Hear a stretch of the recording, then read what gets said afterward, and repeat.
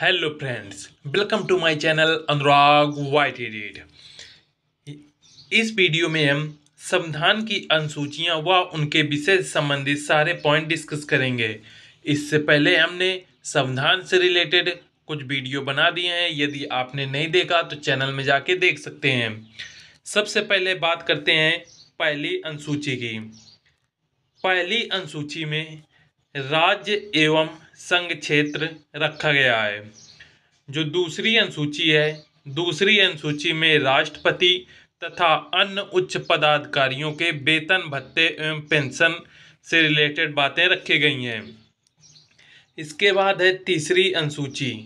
तीसरी अनुसूची में ये जो विभिन्न अधिकारी हैं, इनके शपथ व प्रतिज्ञान के प्रारूप को रखा गया है। नेक्स्ट है चौथी अनुसूची।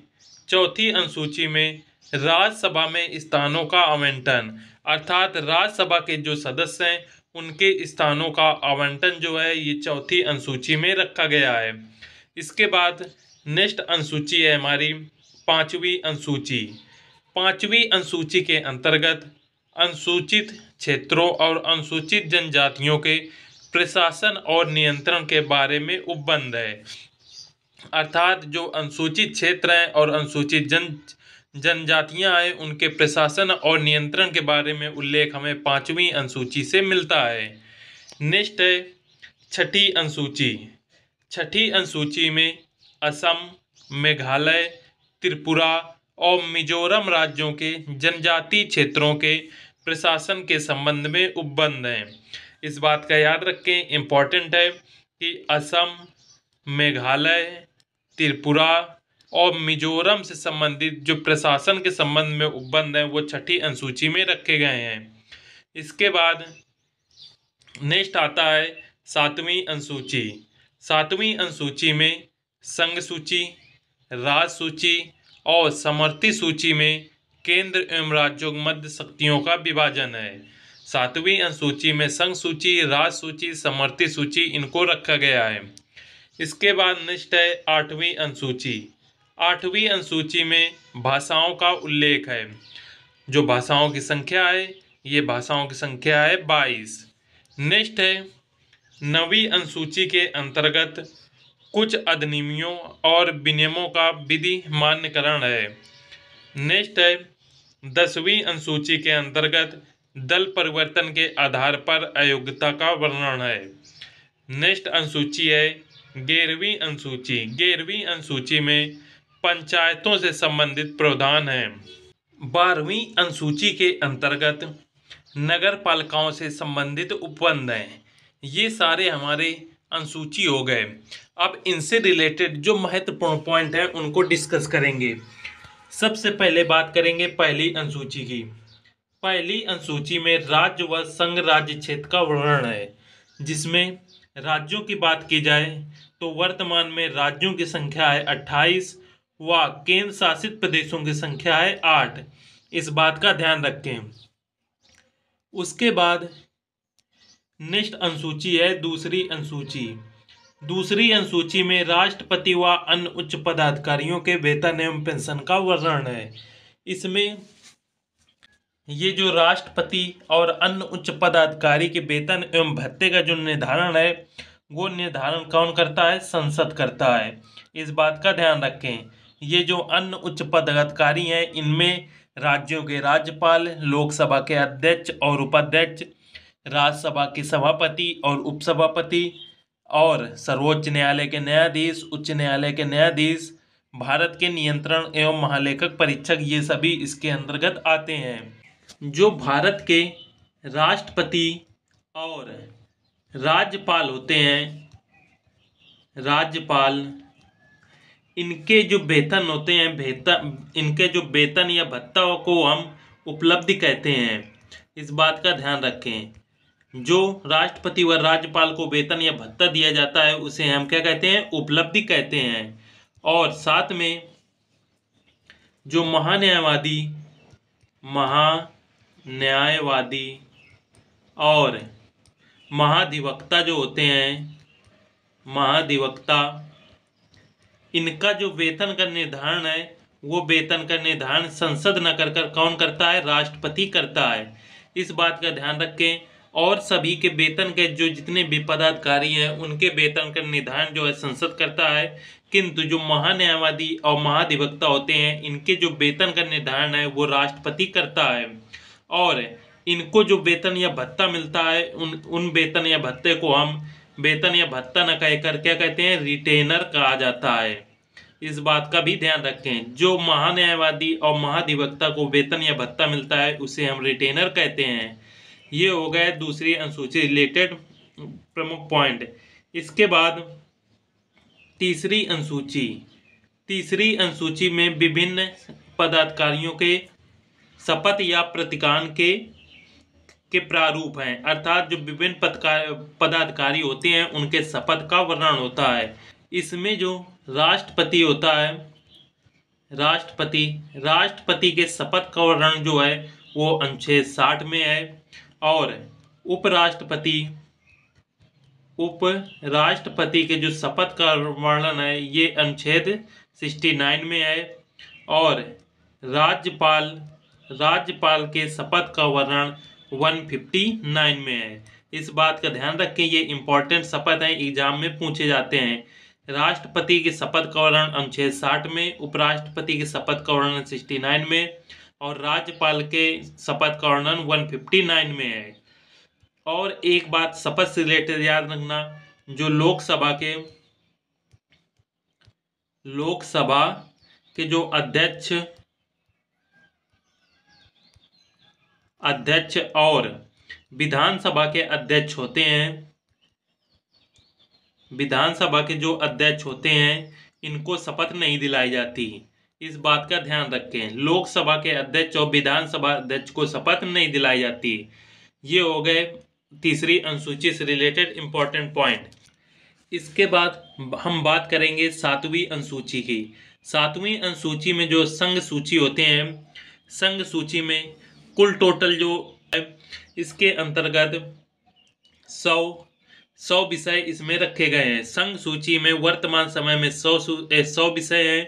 पहले विषयों की संख्या थी 97। इस बात का ध्यान रखें, संघ सूची में विषयों की संख्या 100 है और जो पहले मूल रूप से विषयों की संख्या थी कितनी थी, 97। इसके बाद राज्य सूची की बात करेंगे। राज्य सूची में विषयों की संख्या वर्तमान में है 61, में विषयों की संख्या है 61 और पहले मूल रूप से विषयों की संख्या थी 66। और समवर्ती सूची की यदि बात करें, समवर्ती सूची में वर्तमान में विषयों की संख्या जो है 52 है और मूल रूप से पहले जो विषयों की संख्या थी वो थी 47। आप इसमें देख सकते हैं कि ये जो है ये मूल रूप से पहले जो विषयों की संख्या थी 66 थी और जो वर्तमान में 61 हो गई, अर्थात 5 इसमें जो है विषय घट गए। और यही जो 5 विषय हैं, यही 5 विषय यहाँ पे समवर्ती सूची में जुड़कर, जो कि पहले 47 थे, अब वर्तमान में 5 विषय जुड़ गए तो ये कितने हो गए, 52 हो गए। इस बात का ध्यान रखें। और साथ में यदि बात करें कि संघ सूची और राज्य सूची कहाँ से लिए गए हैं, तो संघ सूची और राज्य सूची जो है ये 1955 भारत शासन अधिनियम से लिया गया है। और यदि समवर्ती सूची की बात की जाए तो समवर्ती सूची जो है ये ऑस्ट्रेलिया से लिया गया है। समवर्ती सूची ऑस्ट्रेलिया से लिए गए हैं और संघ सूची व राज्य सूची जो है 1955 भारत शासन अधिनियम से लिया गया है। ये कुछ इंपॉर्टेंट पॉइंट हो गए। इसके बाद बात करेंगे 8वीं अनुसूची के। 8वीं अनुसूची में भाषाओं का उल्लेख है और ये जो भाषाएं हैं, कितनी भाषाओं का उल्लेख है, वर्तमान समय में 22 भाषाओं का उल्लेख है। किंतु पहले जो मूल रूप से भाषाओं का उल्लेख था तो पहले 14 भाषाओं का इसमें उल्लेख था। 14 भाषाओं के बाद कुछ नई भाषाएं इसमें जुड़ी। जैसे कुछ इंपॉर्टेंट हम भाषा देख लेते हैं, जैसे बोडो जो भाषा है, बोडो भाषा असम में बोली जाती है, ये जो है ये जोड़ा गया। उसके बाद डोगरी भाषा जम्मू कश्मीर की है। और उसके बाद इम्पोर्टेंट भाषा है मलयालम। मलयालम भाषा जो है ये केरल से है। इसके बाद नेक्स्ट भाषा की बात करेंगे संस्कृत। संस्कृत जो है, संस्कृत ये उत्तराखंड की भाषा है मूल रूप से। उसके बाद नेक्स्ट आता है तेलुगु। ये जितनी भाषाएं हैं इनको आप याद रखना ये कहाँ के मूल रूप से है, क्योंकि एग्जाम में इनसे पूछा जाता है। तेलुगु की बात करें तो तेलुगु जो है ये आंध्र प्रदेश की भाषा है। कुछ भाषाएं थी जो विभिन्न संविधान संशोधन के अंतर्गत जोड़ी गई। जैसे 21वें संविधान संशोधन के अंतर्गत ये जो 21वां संविधान संशोधन था ये 1967 को हुआ और इसके अंतर्गत सिंधी भाषा को जोड़ा गया। इस बात का ध्यान रखें कि 21वें संविधान संशोधन 1967 के अंतर्गत सिंधी भाषा को जिसमें जोड़ा गया। संशोधन है 71वां संविधान संशोधन।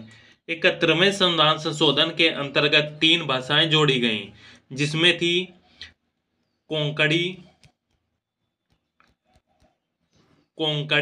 मणिपुरी और नेपाली। ये जो 3 भाषाएं थी ये 71वें संविधान के अंतर्गत जोड़ी गई। इनको याद रखने की एक ट्रिक है नमक। नमक से आप याद रख सकते हैं कि ये 71वें संविधान संशोधन में जोड़ी गई। न से हो गया नेपाली भाषा, म से हो गया मणिपुरी और का से हो गया कोंकणी भाषा। तो नमक ट्रिक इसमें आप याद रख सकते हैं।